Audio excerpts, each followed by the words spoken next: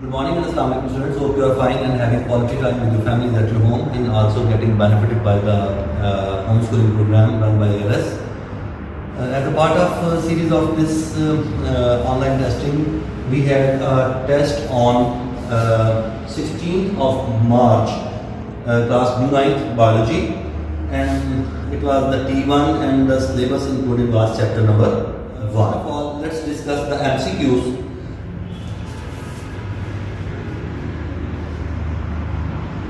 The MCQ number 1 was the total number of bioelements. The total number of bioelements जो है वो पूछा गया था। 16 bioelements होते हैं। Naturally अपने 92 elements हैं जिनमें only 16 जो है वो bioelements होते हैं because they are the part of the bodies of the organisms. So options were given 92A, option B 16, option C 6 and option D 118. So the answer is option B 16. Option B 16 bioelements हैं हमारे अंदर.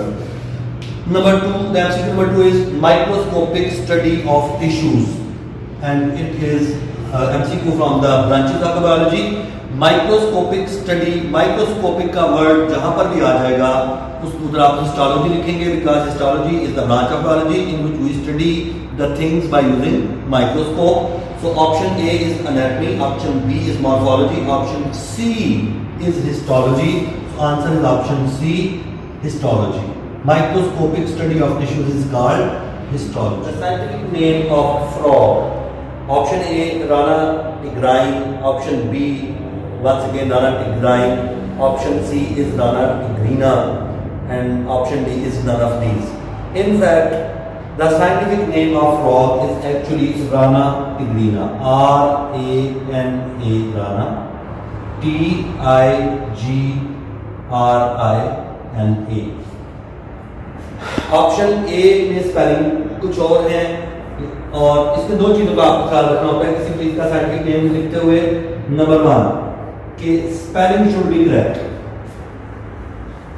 तो R-A-N-A-T-I-G-R-A-N-A ये spelling अगर कुछ ऑप्शन में गलत है तो वो ऑप्शन इंक्लूड नहीं होंगी. पहली ऑप्शन जो है राना टिग्राइन, सो वो तो ऑप्शन है. दूसरी ऑप्शन में फिर से दिया हुआ है राना टिग्राइन बट उसमें दूसरी मिस्टेक है. एक तो यहाँ की स्पेलिंग 100% ओके होना चाहिए एंड नंबर 2 ये जो फर्स्ट पार्ट ऑफ नेम है दैट शुड बी कैपिटल और उसके बाद जो second part of the name है आगे जाके आप पढ़ेंगे इसे जेनेरिक नेम और स्पेसिफिक नेम बोलते हैं. बहरहाल ये जो second part of the name है ये कभी भी कैपिटल नहीं हो सकता. आपको एक ऑप्शन एग्जैक्टली यही दी गई है पेपर में बट कैपिटल टी के साथ दी गई है, T-I-G-R-I-N-A. सो अगर ये उन्होंने कैपिटल लिखा हुआ है ऑप्शन में तो बेसिकली ये भी option is not the answer. In fact तीनों ही ऑप्शन में कुछ ना कुछ गड़बड़ है. एक में तो इसी तरह कैपिटल टी की वजह से वो नहीं हो सकता, एक में उन्होंने यहाँ पर स्मॉल टी ही लिखा है बट एंड पर स्पेलिंग मिस्टेक कर दी है, राना टिग्राइन कर दिया है. सो ना तो ऑप्शन ए इसका आंसर है, ना ही ऑप्शन बी इसका आंसर है, ना ही ऑप्शन सी इसका आंसर है. तो इसका बेसिकली जो आंसर है वो ऑप्शन डी है. और लिखा इसको सुनन कैसे जाना चाहिए, राना टिग्रीना, इसका बेसिकली ये आंसर है. तो इसका जो आंसर दिया हुआ ही नहीं है, not given in the option, तो इसीलिए option D is the answer, none of these. Because कुछ ऑप्शन में टी कैपिटल कर दिया गया है वो माइनस हो गई, कुछ में कोई स्पेलिंग मिस्टेक है, सारी ही ऑप्शन तीनों ऑप्शन माइनस हो गई. So option D is the answer and the answer is none of these. Now coming to the MCQ number 4, Volvox is the example of which organization? Volvox जो है वो किस ऑर्गेनाइजेशन की example है? तो आपको इस बात का पता है कि Volvox बेसिकली कॉलोनियल ऑर्गेनाइजेशन से बिलोंग करती है. ना ये यूनिसेलुलर है ना ही मल्टीसेलुलर है बल्कि कॉलोनियल ऑर्गेनाइजेशन है. बिकॉज़ Volvox की कॉलोनी की डायग्राम भी आपकी बुक के पेज नंबर 12 पर बनी हुई है और साथ लिखा हुआ है वॉल्वॉक्स कॉलोनी. तो वॉल्वॉक्स में कॉलोनियल ऑर्गेनाइजेशन होती है. उसके बाद MCQ नंबर इसका जो ऑप्शन है क्वेश्चन नंबर 4 का, इसका ऑप्शन सी है, colonial organization is the option C. Now coming to the MCQ number 5.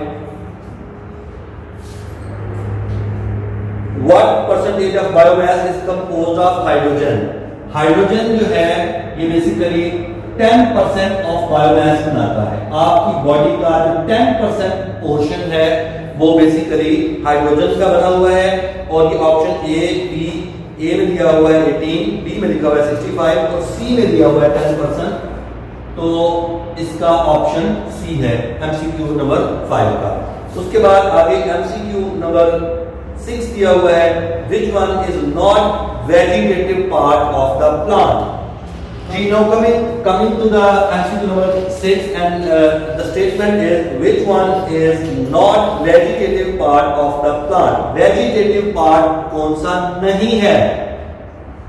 Root stem leaves vegetative part होते हैं बिकॉज ये रिप्रोडक्शन सेक्सुअल रिप्रोडक्शन में इन्वॉल्व नहीं होते।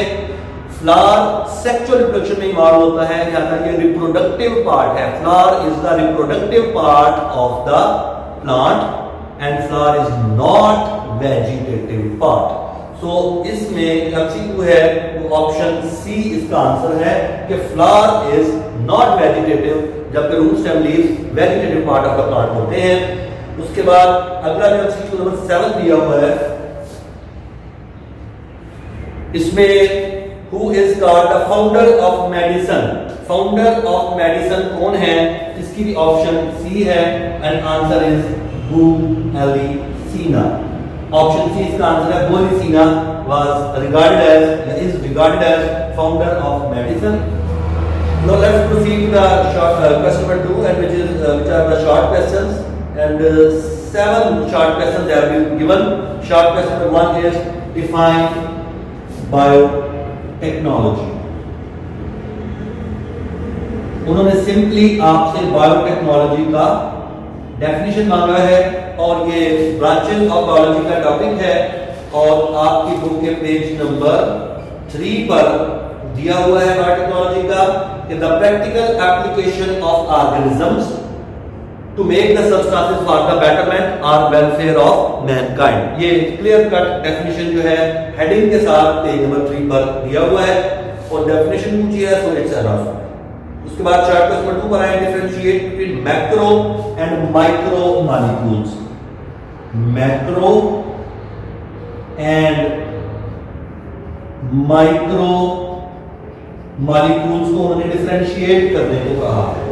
तो डिफरेंशिएट वाले क्वेश्चन को प्रेफरेबली आप लाइन लगा के अटेम्प्ट किया करें। एक तरफ लिख दें मैक्रो मॉलिक्यूल्स और एक तरफ लिख दें माइक्रो मॉलिक्यूल्स। तो मैक्रो मॉलिक्यूल्स की डेफिनेशन दें और सामने माइक्रो की दें। और दूसरा चीज जो आप कर सकते हैं उसकी कुछ एग्जांपल दे दें और कुछ एग्जांपल उसकी दे दें। तो 2 पॉइंट्स आपके एनफ होंगे। मैक्रो मॉलिक्यूल की डेफिनेशन क्या है? Macro means large.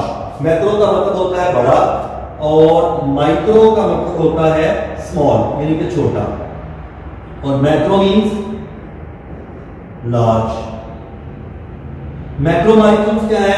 The molecules with large molecular mass या molecular weight are called macro molecules and the molecules with smaller molecular mass और molecular weight are called micro molecules. आप इसकी definition अगर देखना चाहें तो आपकी बुक के पेज नंबर 8 की जो लास्ट 2 लाइंस हैं वो मैक्रो एंड माइक्रो मॉलिक्यूल्स की डेफिनेशन लिखी हुई है। उसके साथ ही इसकी एग्जांपल दी हुई है, लाइक ग्लूकोज एंड वाटर को उन्होंने माइक्रो मॉलिक्यूल में लिख दिया है और मैक्रो मॉलिक्यूल में उन्होंने प्रोटीन्स, लिपिड्स वगैरह इसकी एग्जांपल दे दी है। तो दोनों की डेफिनेशन एंड एग्जांपल आपको बेसिकली अटेम्प्ट करना है, डेफिनेशन एंड एग्जांपल्स, और both are given on the last 2 lines of the page number 8 of the book. Then coming to the short question number 3, define tissue, give 2 examples. Short question number 3, define tissue. आपने basically tissue को define करना है, plus साथ उन्होंने 2 examples मांगी हैं। Tissue की definition क्या है? टिश्यू की डेफिनेशन क्या है? Similar cells performing similar function, यानी सेल्स देखने में भी सिमिलर हो और उनका फंक्शन भी सिमिलर हो। Similar sales performing similar function organize themselves in a bigger group called tissue. Similar cells performing similar function organize themselves in a group called tissue.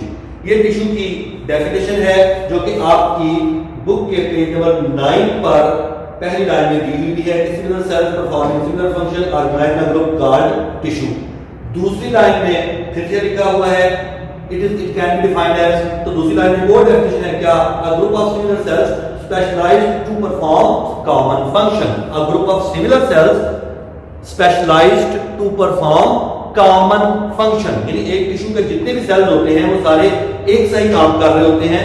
Tissue की एग्जांपल आप एक एग्जामिनेशन हॉल को समझ सकते हैं। Student 1, student 2, student 3 they are sitting, they are all attempting their own paper. हर कोई अपना अपना अपना अपना अपना काम कर रहा है, बट सबका क्वेश्चन पेपर तो सेम है। So common paper done by individuals, एक ही पेपर है, एक ही काम है और हर कोई कर तो वही रहा है बट अपना अपना कर रहा है। टिश्यू में भी यही होता है कि बहुत सारे सेल्स हैं, like cell 1, cell 2, cell 3, student की जाए cell 1, cell 2, cell 3, cell 4, cell 5, बहुत सारे सेल्स हैं। All cells are performing same function but individually. Cell 1 जो काम कर रहा है अपना, वही काम सेल 3 भी कर रहा है, वही काम सेल नंबर 7 भी कर रहा है। समझाने के लिए आपको कह रहा हूं। So similar cells performing similar function भी आप कह सकते हैं और आप ये भी कह सकते हैं a group of cells performing common function is called tissue. अब टिश्यूज की दूसरा पार्ट में उसने एग्जांपल पूछी। एग्जांपल में कुछ एनिमल टिश्यूज भी होते हैं और कुछ प्लांट टिश्यूज भी होते हैं। तो आप कहीं से एग्जांपल दे सकते हैं। एनिमल टिश्यू की एग्जांपल में नर्वस टिश्यू है, मसल टिश्यू है, एपिथेलियल टिश्यू है, लिखे हुए हैं बुक में। प्लांट में जो है वो लाइक एपिडर्मल टिश्यू हो सकता है, ग्राउंड टिश्यू हो सकता है। सो इसकी एग्जांपल आपने ये दे देनी है और टिश्यू के टॉपिक में ही हैंड पर वही हुई है। उसके बाद चैप्टर नंबर 4 है define interdisciplinary sciences, give 2 examples. इसका आंसर जो है बेटा वो पेज नंबर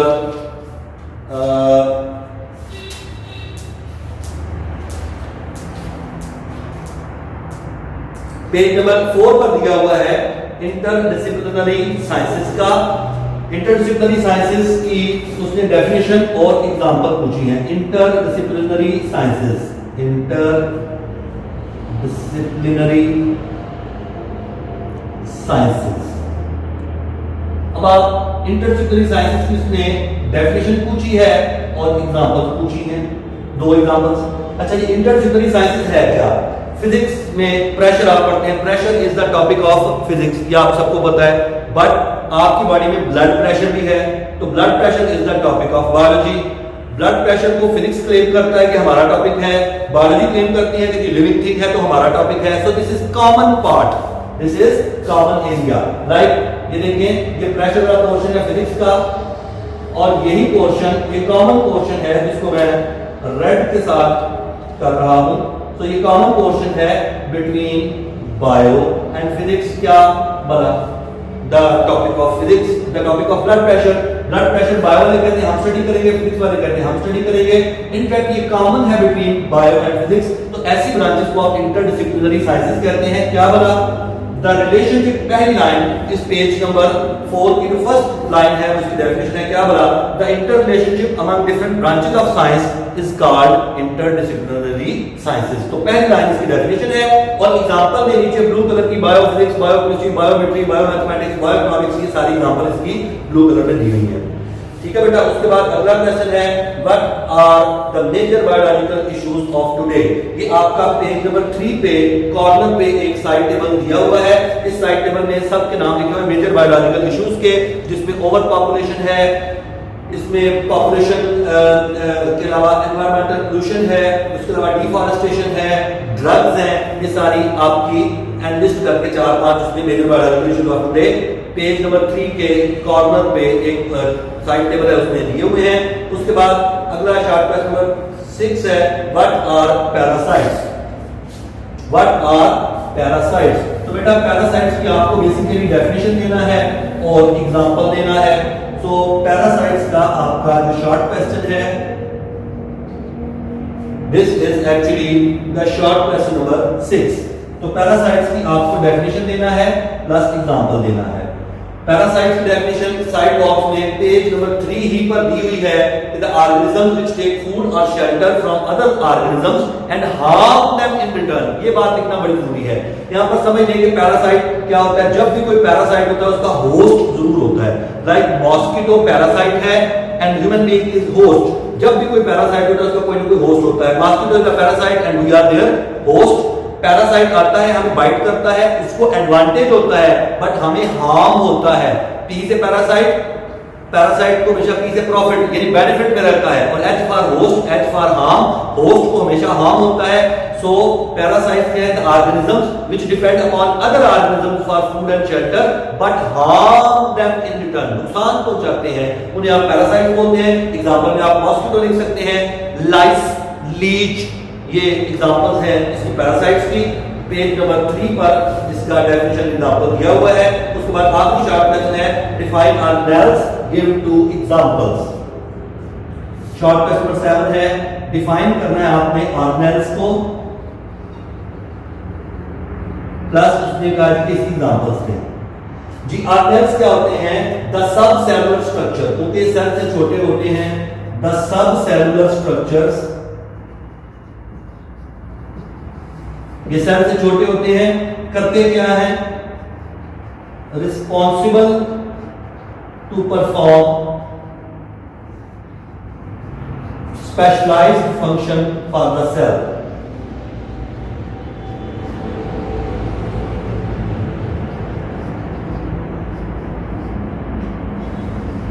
ये सेल के लिए कुछ स्पेशल फंक्शन परफॉर्म करते हैं। आपने प्री 9 में पढ़ा हुआ है कि जी सेल के अंदर mitochondria, ribosome, Golgi complex, endoplasmic reticulum, ये नाम आपको रिकॉल करें तो आपको ज़हन में होंगे। ये सारे ऑर्गेनेल्स हैं और ये सब सेल के अंदर पाए जाते हैं। मींस सेल से छोटे हैं, छोटे को सब बोलते हैं। So these are subcellular structures, मतलब they are smaller than cell at present unit. The subcellular structures क्या करते हैं? Responsible to perform a specialized function for the cell. For example, आपको पता ही है chloroplast is involved in photosynthesis, mitochondria is involved in energy production, ribosomes are involved in protein synthesis. तो बेटा आपने ये डेफिनेशन लिखनी है और साथ एग्जांपल में आपने 2-3 ऑर्गेनेल्स के नाम लिख देने हैं। बेहतर है कि साथ इनका फंक्शन भी लिख दें। इसका आंसर आपके बुक के पेज नंबर 9 में दिया हुआ है। और ये भी साथ ऐड ऑन कर दूं कि बेसिकली बनते कैसे ऑर्गेनेल्स के they are aggregation of the macromolecule. जब मैक्रोमोलिक्यूल आपस में मिलते हैं तो ऑर्गेनेल्स बनते हैं और जब ऑर्गेनेल्स मिलेंगे तो आगे क्या बनेंगे? सेल्स बनेंगे। तो बेटा these are the short questions. Now let's move to the long question. Long question part A is explain cellular organization. इसमें हमने सेलुलर ऑर्गेनाइजेशन को एक्सप्लेन करना है। लॉन्ग क्वेश्चन का पार्ट ए सेलुलर ऑर्गेनाइजेशन के बारे में है। सेलुलर ऑर्गेनाइजेशन का मतलब क्या है? आपको बड़ी सिंप्लीफाई में करके अगर आपको बताऊं तो आप देखिए कि जब इस दुनिया में लाइफ का आगाज हुआ होगा तो शुरू के ऑर्गेनिजम्स कौन थे? यूनिसेलुलर थे। ठीक है जी, बिलियन ऑफ इयर्स बैक वो यूनिसेलुलर थे। बट आज आपको पता है कि आपका अगर मैं स्किन का भी छोटा सा पीस माइक्रोस्कोप के नीचे रख के बनाऊं तो समझ लें तो तकरीबन इस तरह सेल ही सेल है। आज आप मल्टी सेलुलर ऑर्गेनाइजेशन तक पहुंच गए हुए हैं। Unicellular mean the organisms which are composed of only one cell and multicellular mean the organisms which are composed of more than one cell। क्या यूनिसेलुलर से एकदम चलते चलते एकदम मल्टीसेलुलर ऑर्गेनिज्म डेवलप हो गया? नो, यूनिसेलुलर से मल्टीसेलुलर डेवलप होने में बिलियंस ऑफ इयर्स लगे होंगे। ठीक है जी, उनमें सबसे पहले ये डायरेक्ट यूनि से मल्टीसेलुलर नहीं गया बल्कि यूनि से ये इनफैक्ट तकरीबन इसी तरह की मिलती जुलती डायग्राम में बना रहा हूं। पहले ये इसमें कन्वर्ट हुए। इसे क्या बोलते हैं? ये बेसिकली कॉलोनियल ऑर्गेनाइजेशन है। इसे आपने कॉलोनियल ऑर्गेनाइजेशन बोला। और उसके बाद मल्टी सेलुलर ऑर्गेनाइजेशन की बात हुई। तो सेल्स 3 तरीके से ऑर्गेनाइज होते हैं। कौन कौन से? यूनिसेलुलर से कॉलोनियल और कॉलोनियल से मल्टी सेलुलर। इस तरह cell Aahista Aahista multi cellularity की तरफ गए। तो 2 टाइप्स ऑफ सेल्स होते हैं। उसने स्टार्ट में बताया प्रोकैरियोट्स एंड यूकैरियोट्स। तो 2 types of cells organize in 3 ways. 3 तरीकों से ऑर्गेनाइज हो सकते हैं and give rise 5 types of organisms. तो 5 तरह के ऑर्गेनिजम्स हैं जो कि आप 5 किंगडम क्लासिफिकेशन आगे जाके पढ़ेंगे भी, और इस चैप्टर में भी आपने पढ़ा कि 5 तरह के ऑर्गेनिजम्स होते हैं। नंबर 1 आपने पढ़ा प्रोकैरियोट्स हैं, प्रोटिस्ट्स हैं, उसके बाद आगे आपका फंजाई है, आगे प्लांट्स एंड एनिमल्स हैं। these are the 5 types of organisms. अब 2 types of cells organized in 3 ways to give 5 types of organisms. 2 से 3 और 3 से 5 कैसे हुआ कि 2 types of cells organized in 3 ways to give 5 types of organism. ये उसके पहले पैराग्राफ में एक्सप्लेन किया है। उसके बाद उन्होंने बताया कि वो 3 ways कौन से हैं। नंबर 1 यूनिसेलुलर ऑर्गेनाइजेशन है, नंबर 2 पर कॉलोनियल है, एंड नंबर 3 पे मल्टीसेलुलर है। इनमें डिफरेंस क्या है, बस लास्ट चीज हमने एक्सप्लेन करनी है, वो इनका डिफरेंस एक्सप्लेन करना है। यूनिसेलुलर ऑर्गेनाइजेशन में क्या होता है कि all life activities are performed by the same cell, क्योंकि है ये अकेला, पूरी बॉडी एक सेल पर ही है, the whole organism has only one cell, तो all life activities are performed by the same cell. All life activities are performed by the same cell, एक ही सेल है, अपनी डाइजेशन, अपनी रेस्पिरेशन, अपनी एक्सक्रीशन, इस सेल ने जो करना है खुद ही कर रहा है, इसका कोई हेल्पर ही नहीं है। All life activities will be perform by the same cell.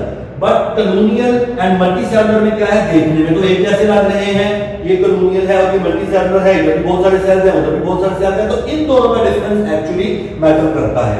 क्या मैटर करता है, इनफैक्ट ये जो कॉलोनियल है इन दोनों के मिड वाली सिचुएशन है। क्या कि देखें इसमें क्या होता है, डिफरेंट सेल्स लिव टुगेदर, बहुत सारे सेल्स इकट्ठे रहना शुरू तो कर देते हैं, बट इस केस में भी सपोज ये सेल 1 है, ये सेल 2 है और ये सेल 3 है, all activities are performed by the same cell.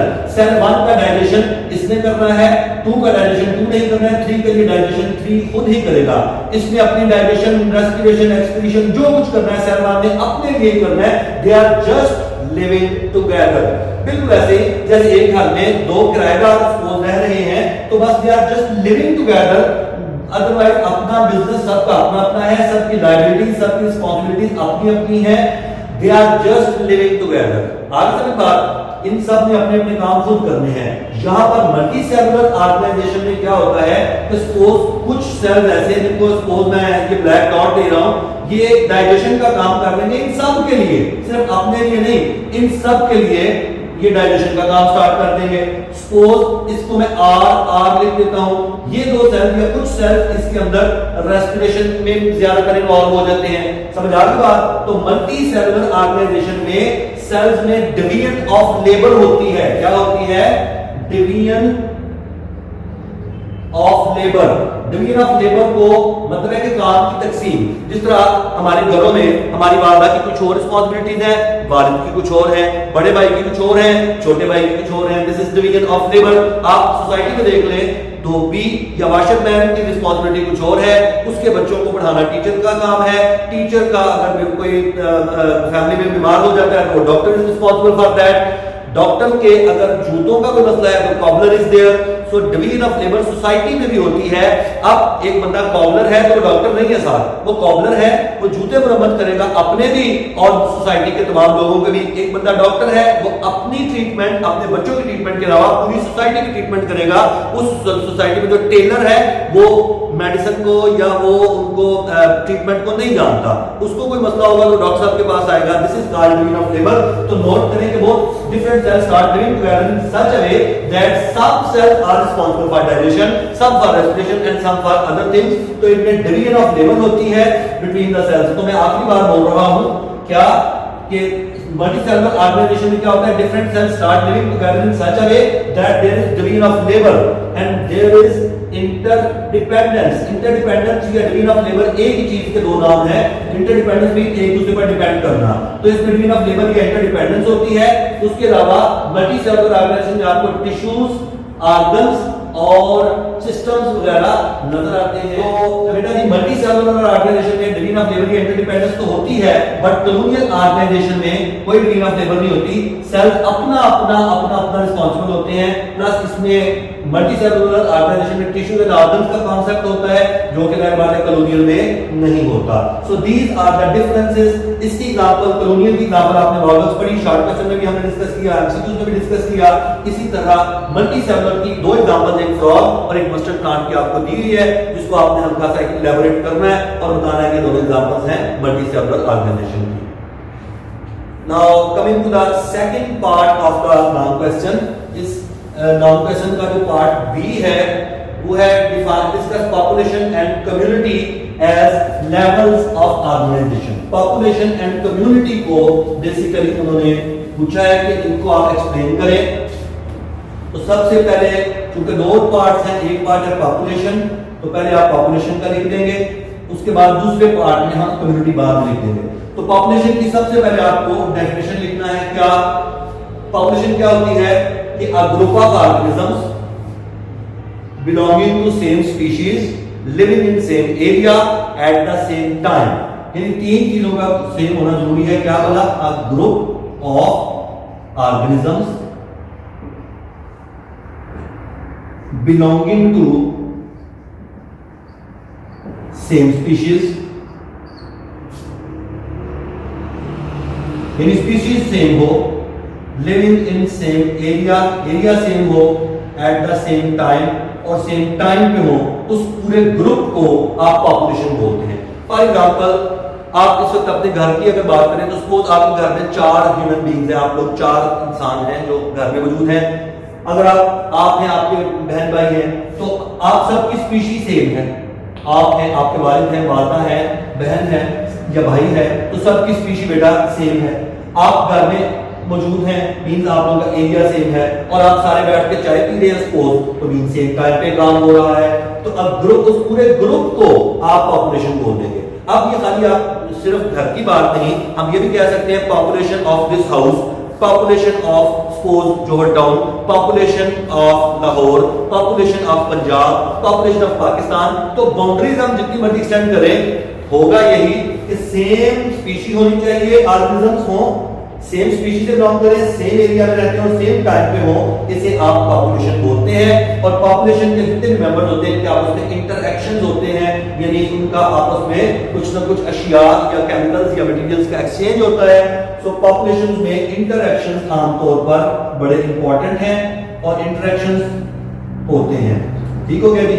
उसके बाद अगर आप बात करें इसके मुकाबले में कम्युनिटी की, कम्युनिटी क्या है?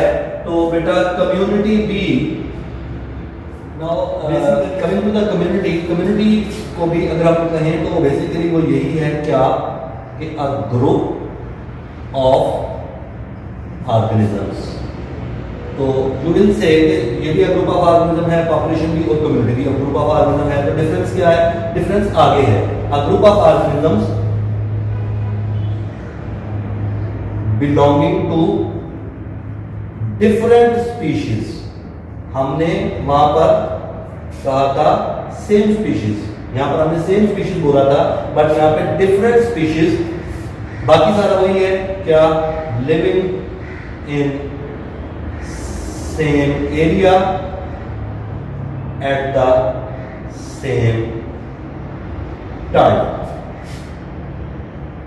फर्क सिर्फ क्या है कि इसमें 3 चीजें सेम थी, same species, same area, same time, but इसमें स्पीशीज डिफरेंट हो गई है, एरिया एंड टाइम सेम ही रहा है। तो अगर मैं इसको आपको एग्जांपल इजी दूं, तो आप अगर किसी गार्डन में जाते हैं, सपोज वहां पर सिर्फ और सिर्फ मैंगो ट्रीज हैं और कोई चीज नहीं है, कोई ग्रास नहीं है, कोई कुछ नहीं है, कोई ऑर्गेनिज्म नहीं है, हम लेट कर लेते हैं, सपोज कर लेते हैं, तो दैट, और वहां पर 300 दरख्त हैं आमों के, मैंगो ट्रीज आर 300, तो हम कहेंगे the population of mango trees is 300।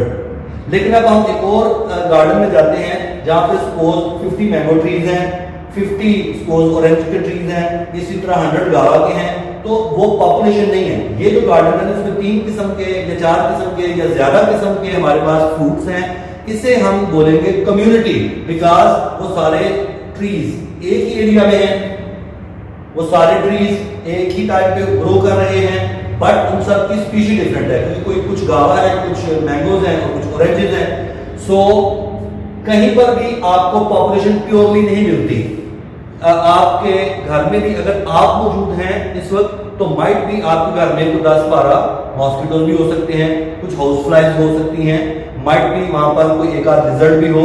तो कहीं पर भी एक पॉपुलेशन अवेलेबल नहीं होती, हमेशा कम्युनिटी की फॉर्म में ही होती हैं।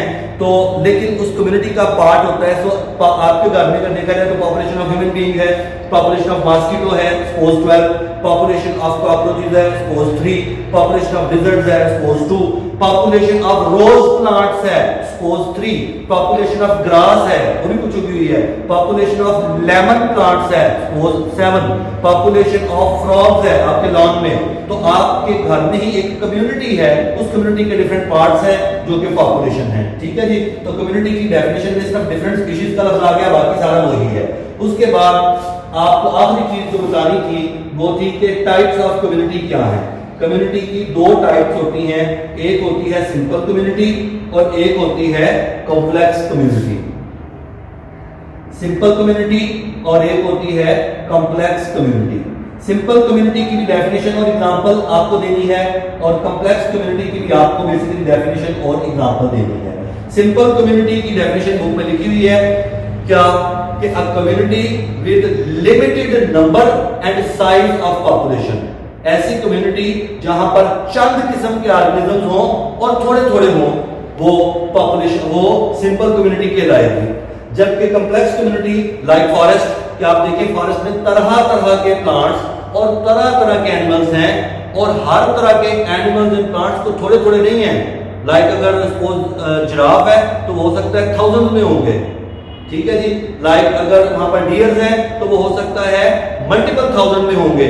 सो ऐसी कम्युनिटी जिसमें बहुत से ऑर्गेनिजम्स हो और हर ऑर्गेनिज्म की तादाद बहुत ज्यादा हो, उसे आप कॉम्प्लेक्स कम्युनिटी बोलते हैं। फॉरेस्ट तो कॉम्प्लेक्स कम्युनिटी क्या है? अ कम्युनिटी विद एक्सटेंडेड या large number and size of population is called complex community, जिसकी एग्जांपल क्या है? फॉरेस्ट। तो बेटा that's all from my side. ये आपके पेज नंबर 10 पर पॉपुलेशन एंड कम्युनिटी का टॉपिक दिया हुआ है जो कि आपका लॉन्ग क्वेश्चन का पार्ट बी था। Hope you understand it well.